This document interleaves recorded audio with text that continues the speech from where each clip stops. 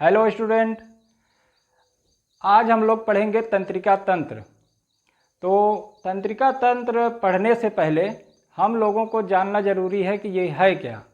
जैसे देखिए, जिस एटमॉस्फेयर में हम लोग रहते हैं उस एटमॉस्फेयर में बहुत से उद्दीपक होते हैं और उन उद्दीपकों से उद्दीपन आते हैं हमारी तरफ, और उन उद्दीपन को हमारी जो ज्ञानेंद्रियां होती हैं, जैसे 5 हमारी ज्ञानेंद्रियां हैं, आँख, कान, नाक, जीभ और त्वचा।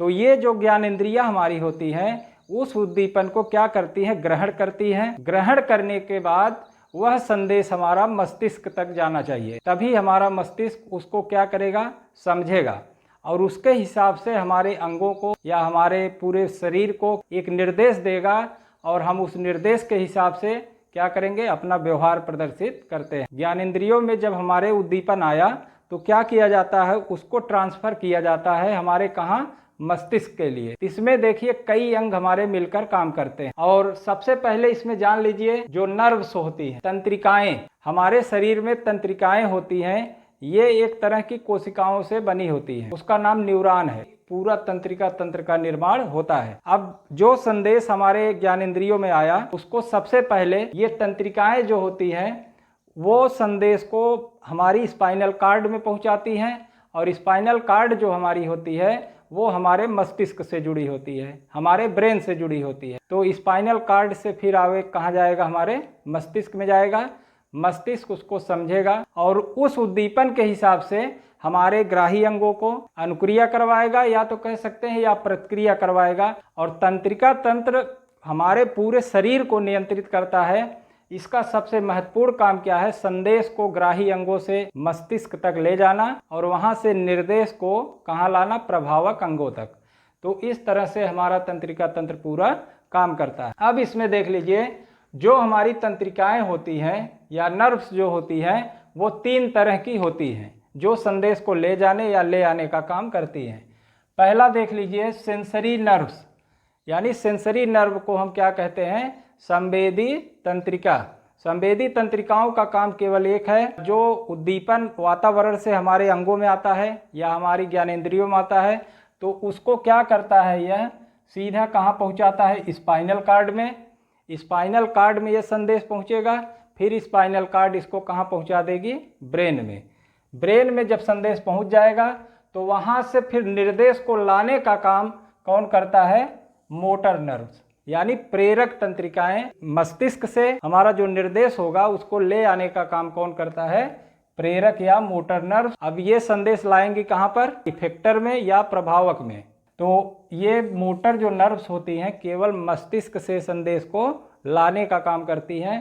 इसके बाद तीसरी है मिक्स्ड नर्व, या इसको मिश्रित तंत्रिकाएं भी कहते हैं। इसमें क्या होता है? ये ऐसी तंत्रिका होती है जिसमें इसका कुछ भाग सेंसरी की तरह काम करता है और कुछ भाग इसका मोटर की तरह काम करता है। तो इसीलिए इसको किस में रखा गया है? मिश्रित तंत्रिकाओं में। यानी इसका कुछ भाग किसकी तरह काम करेगा? संवेदी तंत्रिका की तरह, कुछ भाग इसका प्रेरक तंत्रिकाओं की तरह कार्य करता है। तो इस तरह से जान लीजिए जितनी भी नर्व्स होती हैं ये हमारे संदेश को हमारे ग्राही अंगों से कहाँ लेके जाती है? मस्तिष्क तक।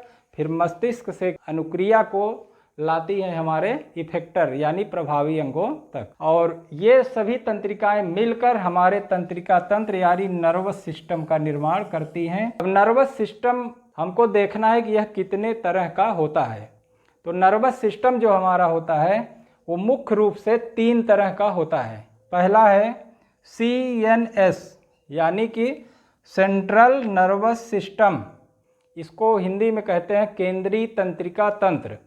दूसरा है PNS, यानी पेरिफेरल नर्वस सिस्टम, इसको परिधीय तंत्रिका तंत्र भी कहते हैं। और तीसरा जो है ANS, यानी यह है ऑटोनॉमस नर्वस सिस्टम।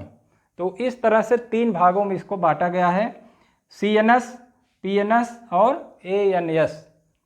फिर से देख लीजिए नाम, central nervous system, peripheral nervous system और ऑटोनॉमस नर्वस सिस्टम। तो इस तरह से इसको 3 भागों में बांटा गया है। अब इसको भी अगर हम देखेंगे डिटेल में तो जो सेंट्रल नर्वस सिस्टम होता है इसमें हमारे 2 अंग मुख्य रूप से काम करते हैं।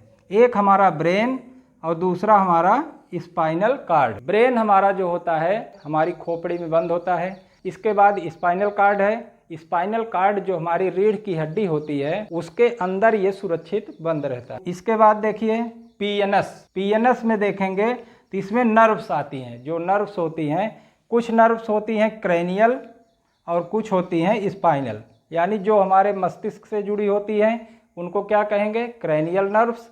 और जो हमारे स्पाइनल कार्ड से जुड़कर पूरे शरीर में फैली होती हैं उसको कहते हैं स्पाइनल नर्व्स। इसके बाद देखिए एएनएस। एएनएस जो होता है ये दो तरह का होता है। ये ऑटोनॉमस है, यानी जो भी हमारे शरीर के अंदर अनैच्छिक क्रिया होती है उसको नियंत्रित करने का काम ये करता है एएनएस। जैसे सिंपैथेटिक और एक है पैरासिम्पैथेटिक। सिंपैथेटिक नर्वस सिस्टम जो हमारा होता है इसको हिंदी में कहते हैं अनुकंपी तंत्रिका तंत्र, और पैरासिम्पैथेटिक को क्या कहते हैं, और इसका है पैरा अनुकंपी तंत्रिका तंत्र। तो इस तरह से हमारा जो नर्वस सिस्टम है वो 3 भागों में बांटा गया है। पहला सीएनएस में ब्रेन और हमारा स्पाइनल कार्ड आएगा, इसमें क्रैनियल नर्व और स्पाइनल नर्व्स आएंगी, इसमें जो आएगा सिंपैथेटिक और पैरासिम्पैथेटिक। अब देखिए इसमें हमको सबसे पहले क्या है, ब्रेन पढ़ना है, स्पाइनल कार्ड पढ़ना है और बाकी ये सब भी पढ़ना है। लेकिन ये पूरा पढ़ने से पहले हम लोगों को एक चीज़ जानना जरूरी है। ये क्या है, न्यूरॉन। सेल जो होती है शरीर में सबसे लंबी सेल होती है, और यही जो सेल होती है यही हमारे पूरे तंत्रिका तंत्र का निर्माण करती है। अब इसमें हम देखेंगे, अगर इसका पूरी संरचना देखेंगे तो इसमें देखेंगे बीच में ये गोल आकार में है, इसके सेंटर पे क्या है, न्यूक्लियस है। क्या है, न्यूक्लियस। इसके और भी कोशिकांग यहाँ पर रहते हैं उपस्थित, जैसे राइबोसोम, माइटोकॉन्ड्रिया। इसमें देख रहे हैं थोड़ा ऐसे निकला है। प्रवर्ध को क्या बोलते हैं, डेंड्राइट। डेंड्राइट के अलावा इसमें देखेंगे तो ये पूरा जो सेल बॉडी, ये क्या बोलते हैं हिंदी में, कोशिकाकाय या सेल बॉडी। और इसके बाद जब नीचे आएंगे इसका नाम क्या है, न्यूरोलेमा। और यह जो न्यूरोलेमा है यह एक माइलिन शीथ होती है, उसी से ढका होता है। इसके बाद आगे देखिए ये है नोड ऑफ रेनवियर, जो ये पार्ट में अलग अलग डिवाइड है, इसको क्या बोलते हैं, नोड ऑफ रेनवियर। और इसके बीच में एक धागे के समान दिख रहा है, ये गया है एक्सॉन। क्या बोलते हैं, एक्सॉन। और लास्ट में आप जाएंगे देखेंगे यह क्या है, एक्सॉन का टर्मिनल इसको बोलते हैं। और ये जो लास्ट में गोला दिखाई दे रहा है इसको बोलते हैं सिंपैथेटिक वेसिकल। तो इस तरह से इसकी संरचना होती है। तो इसके बाद देखिए ये नीचे देखेंगे आप तो ये कई भागों में ऐसे डिवाइड हुआ है।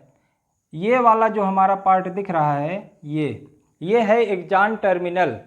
और इसके बाद लास्ट में आप देखेंगे ये गोला हल्का हल्का दिख रहा है, ये जो है सिंपैथेटिक वेसिकल इसको बोलते हैं।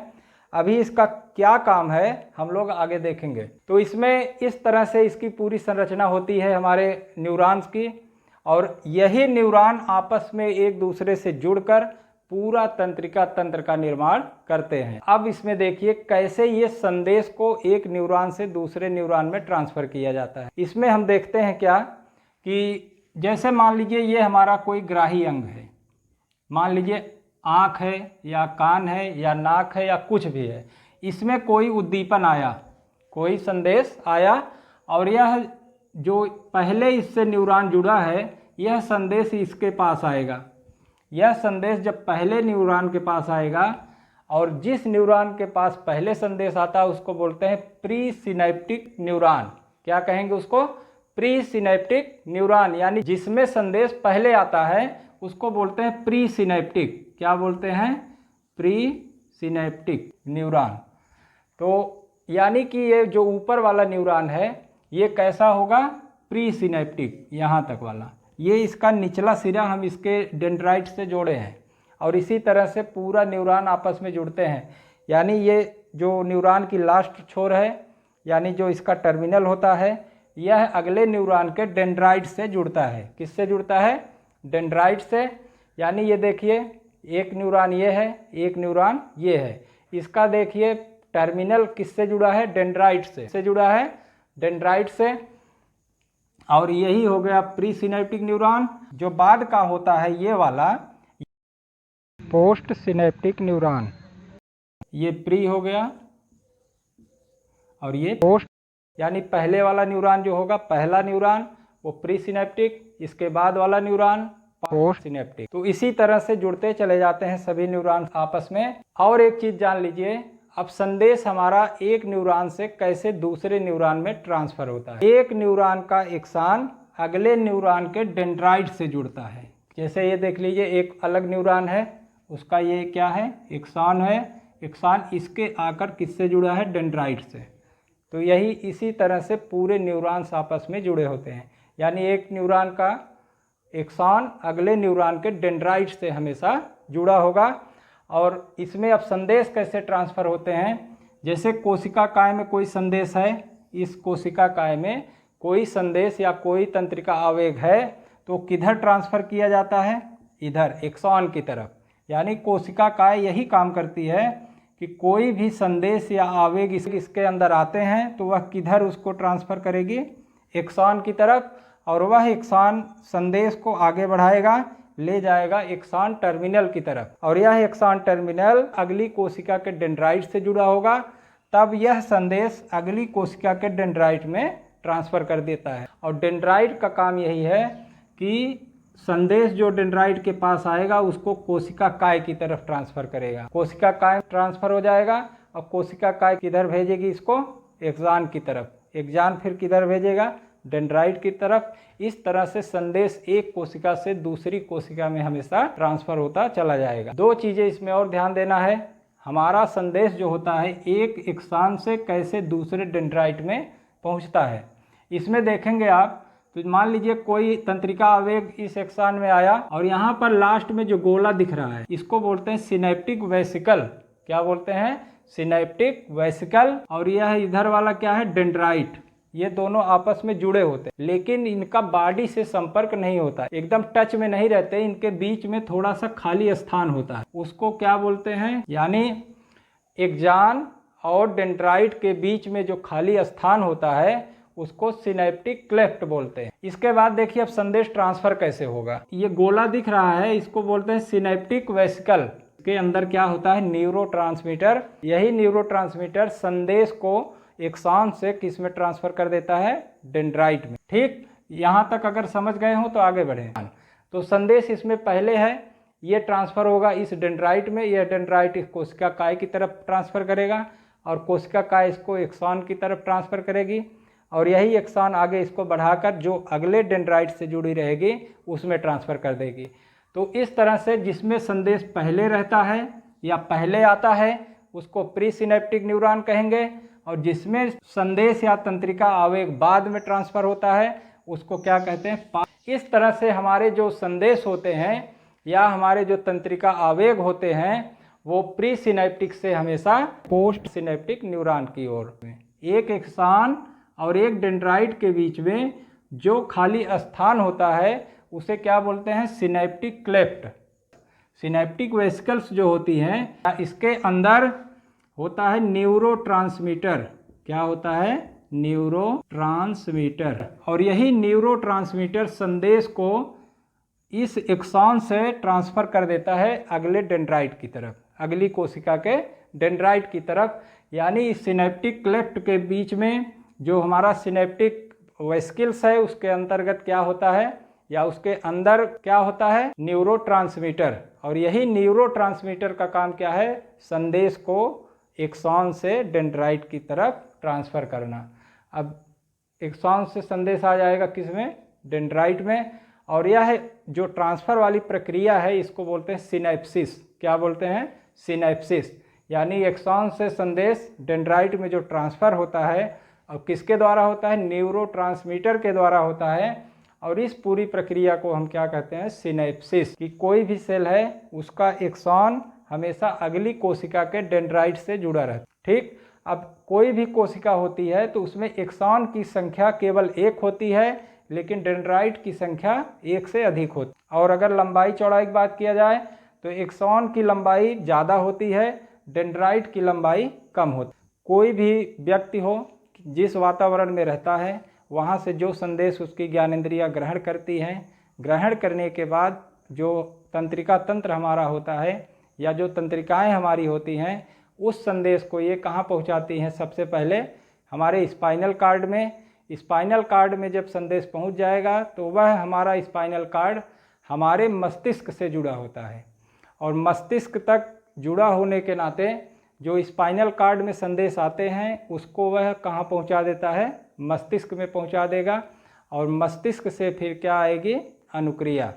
अनुक्रिया आएगी स्पाइनल कार्ड में जुड़ी हुई, जो पूरे शरीर में उनके तंत्रिकाओं का जाल फैला होता है। जहाँ इसको ज़रूरत होती है उस संदेश को, वहाँ ये तंत्रिकाएँ उसको पहुँचा देती हैं। इस तरह से मनुष्य का जो व्यवहार होता है, पूरा व्यवहार हमारे तंत्रिका तंत्र के नियंत्रण में होता है। यानी हमारे मस्तिष्क, हमारे स्पाइनल कार्ड और हमारी तंत्रिकाओं के नियंत्रण में हमारा पूरा व्यवहार प्रदर्शित होता है या घटित होता है। और तंत्रिका तंत्र में अभी हमको आगे क्या पढ़ना है, तंत्रिका तंत्र यानी नर्वस सिस्टम जो हमारा होता है वो 3 भागों में बटा है। अब इसको हम देखेंगे CNS यानी सेंट्रल नर्वस सिस्टम। इसमें देखिए 2 अंग हमारे मिलकर काम करेंगे, एक हमारा ब्रेन होता है और दूसरा हमारा क्या है, स्पाइनल कार्ड।